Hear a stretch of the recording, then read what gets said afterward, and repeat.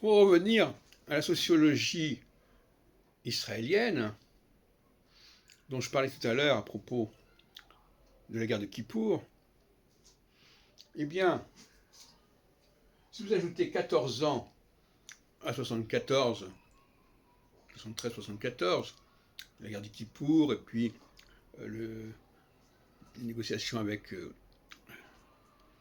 Sadat, vous avez 88. Et 88, c'est l'intifada. C'est-à-dire que c'est à nouveau comme la guerre de Kippour, mais 14 ans après. On est donc dans la même phase. Puisque quand c'est 2 fois 7 ou 4 fois 7, c'est toujours comparable. En revanche, quand c'est impair, c'est pas comparable. C'est la phase inverse. Donc on a là aussi un phénomène qui se produit de réaction. On ne supporte plus la situation, on n'a plus envie que ça continue. C'est la phase solsticiale.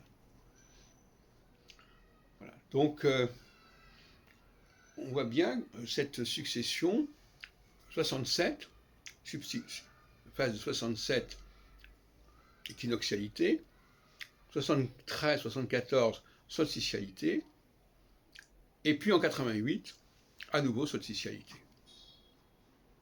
À ce propos, je voudrais parler un peu d'Israël, la sociologie d'Israël, au niveau théologique.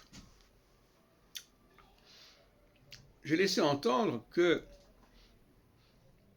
la dialectique entre diaspora et Israël est une dialectique fondamentale et qu'elle renvoie, à mon avis, à l'opposition déjà à la mort de Salomon entre les gens du royaume du Nord et les gens du royaume du Sud. Et selon moi, les gens du royaume du Nord sont marqués par une grégarité qui les amène vers Israël, vers le sionisme, et les gens du royaume du Sud sont plutôt du côté de la diaspora.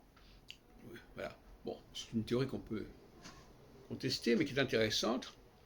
Ce qui fait que la société israélienne est mélangée. Elle est faite à la fois des gens du Nord et des gens du Sud. Ce qui fait sa force quelque part, parce que finalement, elle a une diversité. Et une société qui n'a pas de diversité n'est pas intéressante, tout comme une cyclicité qui n'a pas une véritable dualité n'est pas intéressante.